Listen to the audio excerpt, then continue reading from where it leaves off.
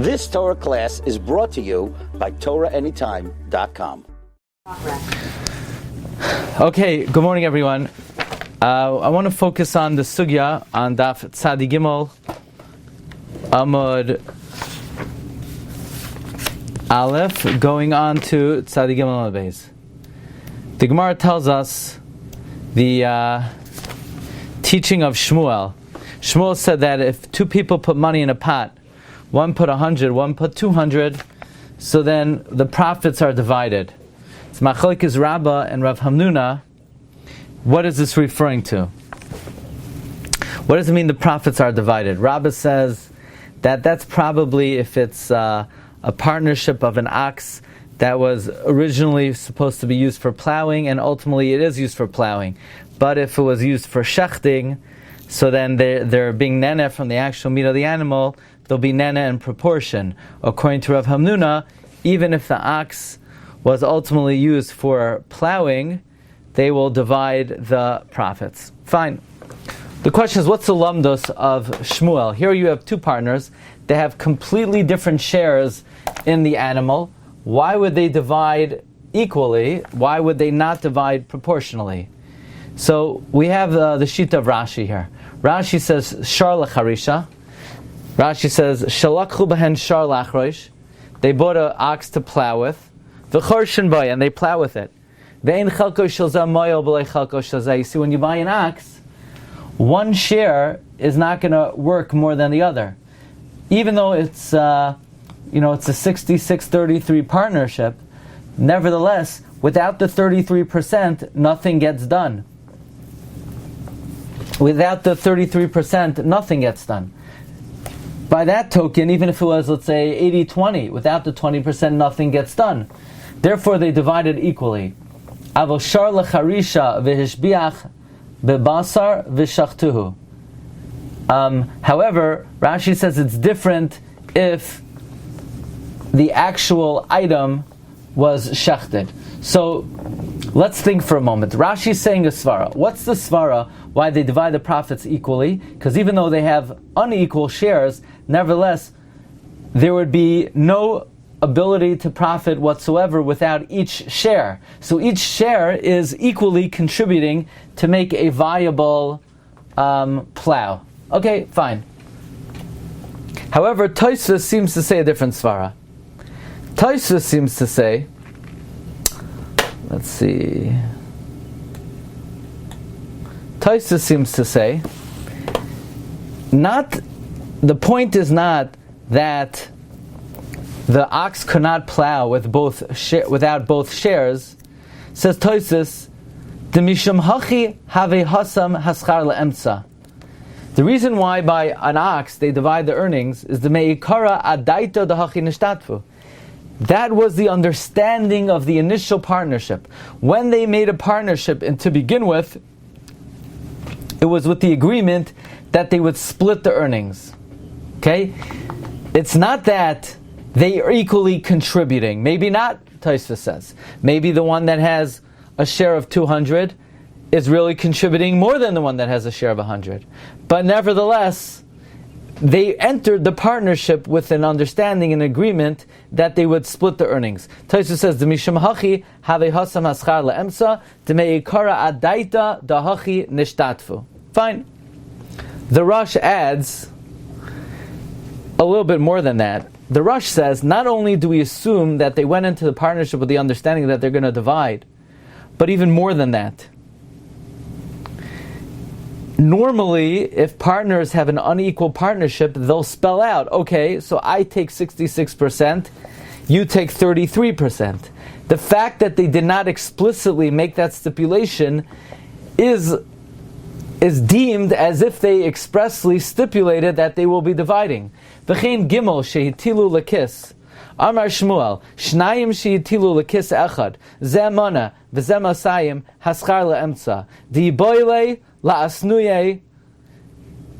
They should have made a t'nai. Bal hamasayim, the one who contributed 200 should have made a t'nai. Sheyito berevach l'fiyah keren. That he will take a commensurate proportion of profit to what he invested. U'mideloi hisna, from the fact he did not stipulate this, anu oimdim datai, we estimate his das, shehiskim sheyito balamana chatzi harevach, that he agreed that the one who only gave 100 will get half the profits. Lefishu charif, maybe because the guy who gave 100 is sharper, ubaki b'masa matan, oishuma masa acheres, or any other excuse, or any other reason. Lefisha derech kol hamishtatfin lehasnois lachlei karevach. It's the derech of all who make a partnership to stipulate to divide the profits. Lefi hakeren, in accordance with the principle. Umideloi hisneh, the fact that he did not stipulate, vaday umdana demuchachu. It is definitely in umdana. It's definitely a indication that is clear that they wanted to split. Normally, when you enter a partnership, you expressly articulate that they will reap the benefits in commensurate with what they put in. The fact that they didn't stipulate that way, that's like an explicit agreement that they're going to divide the earnings. Okay, so Rashi and Tosfos are saying completely different svaras. Rashi's saying they split it because I couldn't plow at all without your share. Even though my share is the majority, but without the other part of it, we couldn't plow at all. Tosfos is saying it's since, and the way the Rashi adds, since we normally would stipulate, if we didn't stipulate, it's like we agreed to split the earnings. There would be a very interesting nafkamina between Rashi and Tosfos, spelled out by the Sma. Let's look in the Shulchan Aruch. Shulchan Aruch says in Choshen Mishpat from Kovayinva, Hashutfin sheitilu lekis. You have partners that put money in the pot. Zeman of zemasayim, v'zeh shalish meos. You have three partners. One gave 100, one 200, one 300. V'nisasku kolam b'mam. They all dealt in the business stam, without expressly articulating any agreement. Upichso esiru, and it went down or it went up. Haschar oy hapachas beinehem. Haschar oy hapachas beinehem b'shava. They divided equally. Lefi minyanam, based on how many people there are. Loy lefi hamois. Va'afilu lakchay shar letvicha. Even if they bought the shar to shecht, she'ilu tavchu, if they would have shechted it, haya noitel kalechad min besarai, then each one would take from the meat lefima oisav. Im machruhu chai, if they sold it alive, upichsu oyhasiru haschar oyabchasa emsa. Even if the shar was bought for shechting, that if they would have shechted it, they would have taken in proportion to what they put in, because they're taking the actual meat. So the 100 would take a smaller percent, the 200 bigger, the 300 bigger, and now they sold it. But if they sold it alive, then they divided equally. So that means the Shulchan Aruch is paskening like Rav Hamnuna, that if the shar was used l'shchita, they divided equally. Okay, that means they're passing the thing carefully. They're passing like Rav Hamnuna, that even if it was used for shchita, by others, they would divide it equally. However, the Shulchan Aruch writes, that's if they sold it alive. But if they themselves would have shechted it, then they would take proportionally. So Shulchan Aruch is saying something very interesting. Shulchan Aruch is paskening like Rav Hamnuna, that if it's sold even l'tvicha, they divide it equally, but that's if it's sold for shchita. But if they shecht it, then they take proportionally. Comes the Sma, and the Sma says this only works out according to Rashi, not according to Tosfos. Why? Says the Sma that the reason why they divide equally, you know why we divide equally if we sold it alive? Because we could not have sold it. There's no way for us to sell it without your smaller share. However, if we shecht it, then you have a small portion, and the 200 has a bigger portion, and the other person has an even bigger portion. The idea, the whole svara, that I couldn't have done this without you, so therefore you're an equal partner, that's if, in fact, I couldn't have done it without you, namely the sale. I couldn't have sold 2/3 of the animal, so therefore I couldn't have sold it without you, so we're all going to divide equally. But if we eat the meat, so we're going to take it commensurately. But according to the Tosfos and the Rosh, where the reason why we divide it is the fact that we didn't make a stipulation and say, hey, we put in unequally, so we should reap commensurate. We didn't make that stipulation. That's like stipulating explicitly that we'll divide it. Well then, in that case, even if we shecht it, it should be like as if we made an explicit stipulation that we're going to divide it. In other words, in the world of Tosfos, that it's like they stipulated to divide it equally. It shouldn't matter if they eat it or if others eat it. But in the world of Rashi, where the svara is that I could not have gotten any benefit from it without your chelek, that we could say only applies if I sell it alive. But if we ourselves are shechting it, then it would make sense, like the Shulchan Aruch is saying, to divide it commensurately. Okay, so this psak of the Shulchan Aruch in Rav Hamnuna seems to be going like Rashi and not like the Tosfos. I just want to bring one more thing to your attention, and that is there seems to be a stira in Rashi. Because Rashi first says that the reason why we divide it equally is because I can't get any benefit without your smaller chelek.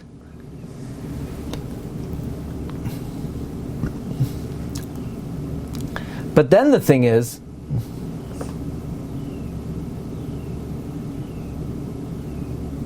Rashi says, the Gemara, the Rashi comments on the Gemara, because the Gemara makes a qualification. The Gemara says that they divided if it's oimed lecharisha, but if it's oimed litvicha, aval b'shar lecharisha v'oimed litvicha, zeh noitel lefi ma'asav, v'zeh noitel lefi ma'asav. Says Rashi, why? Why, if it's used for shchita, do we take it proportionally?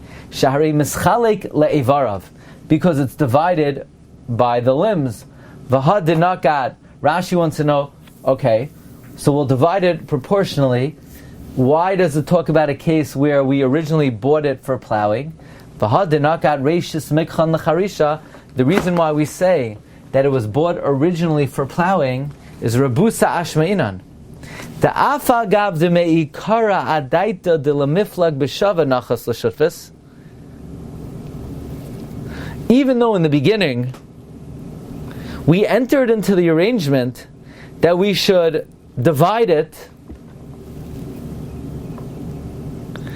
hashda de shavach bebasar, now that it went up in value, v'shachtuhu, and they shechted it, v'mischalik le'ivar, and it's divided based on its limbs, yital ish lefima aisav.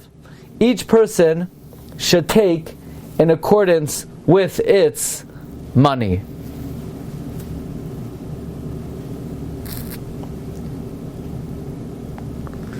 So think about it. Rashi saying that if ultimately we shecht it, we take it proportionally. And why do we pick a case where originally it was made for plowing?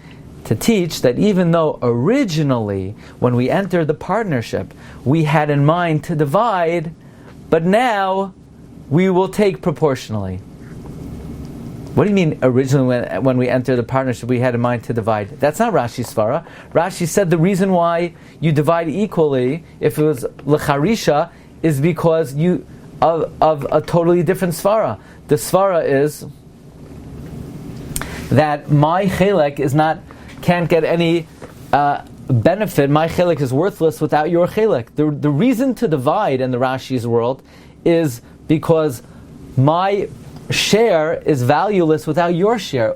Not because, like Tosfos said, that we entered into the arrangement to divide. So why is Rashi bringing in the svara that the chidush of the case of if we ultimately shechted it, we take commensurate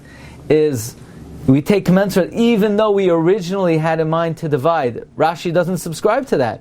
Rashi argued on Tosfos. So first Rashi seems to be saying the svara of my chelik is not valuable without yours. Then Rashi seems to be saying Tosfos' svara, that the reason why we divide is because that was the arrangement.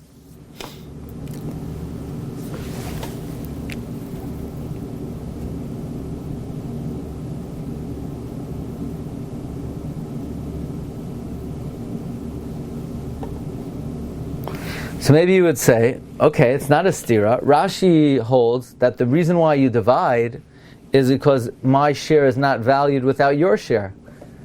But that does not apply to a case where you divide the meat. So Rashi wants to know, so what's the chidush of where it was oimed lecharisha? So Rashi says the chidush is, even though originally that wasn't our arrangement. So I guess the question is, well, if that's the case, then Rashi should have said that originally. That the reason why we divide if it was used for plowing is because that was the arrangement.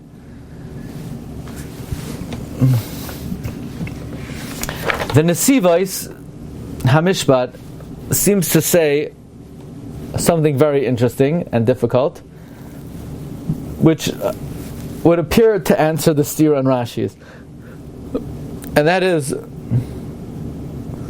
he asks 9 questions on the Sugya, and I could say it's beyond the scope. We don't have time for it. The true answer is I don't understand all of them, but the Kesuvos asks 9 questions on this Gemara. I want to show you what he writes in the answer. He basically says that there are 2 different cases and 2 different arrangements, and sometimes one svara applies, and sometimes you have the svara of one chelik is not valuable without the other chelik, and sometimes you have the svara of this is what the original arrangement was. He says,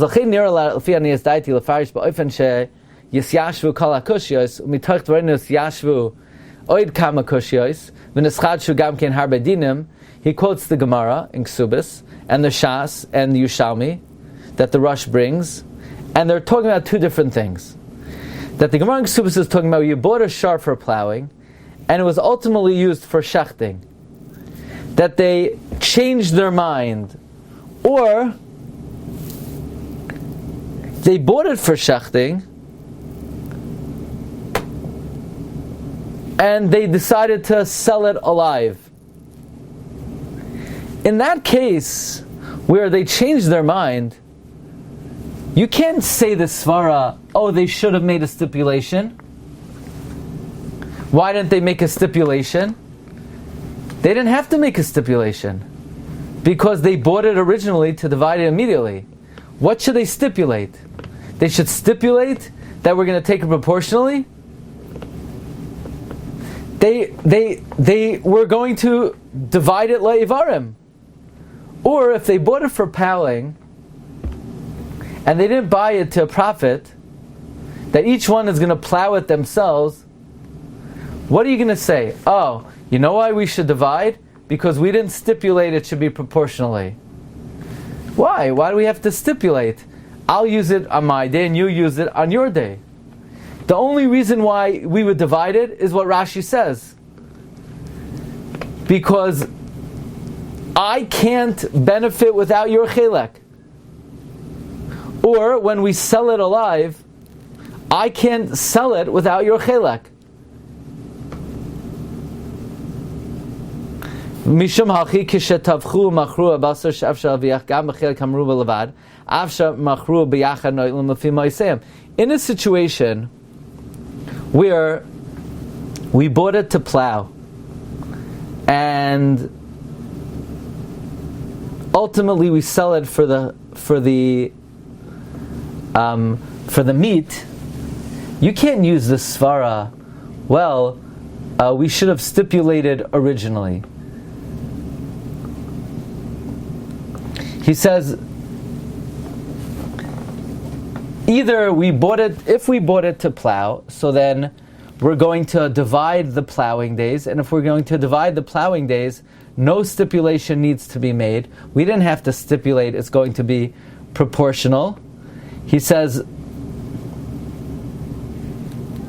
in other words, if we bought it to eat it, then you don't have the svara we should have stipulated, and we would not split it in half. If we bought it to plow and then we decided to sell it, we also don't have the svara of we should have stipulated, because there's no need to stipulate. We were going to divide the plowing. In that case, the only svara you have to divide is my chelek. It does not have a value without your chelek. But in a situation where that the Yushalmi is talking about, B'shas Yushalmi Mayri b'nishtadfu b'mois liknoi schayra ruya lachlek. But in a case where we got together and put money down to buy merchandise and to ultimately divide, you don't have this smaz svara that my chelek is not worth anything without your chelek, because the various chalakim are not joined together in the business. So basically you have different cases. In a case where it was bought for charisha and ultimately used for plowing, you don't have the svara of Tosfos. You don't have the svara of we should have stipulated. Why should we have stipulated? Or if we buy it to divide the animal, we also don't have the svara. That's why Rashi comes in, and Rashi says a svara of my chelek is not valuable without your chelek. But that might not apply if it's purely a business arrangement, and if it's purely a business arrangement, you don't have my chelek is not valued without your chelek. All you have is the svara that Tosfos says, which is the fact that we didn't make an agreement means that we had in mind to divide. I'm not clear if this is going to answer the stira and Rashi's. In other words, because the Chayra Rashi is talking about similar cases. When Rashi is talking about shar lecharisha, and either oimed lecharisha or oimed letvicha. But Rashi, in the same realm, seems to be saying both ideas. One idea is my chelek does not have value without your chelek, and then Rashi also says the idea that we originally agreed to divide it.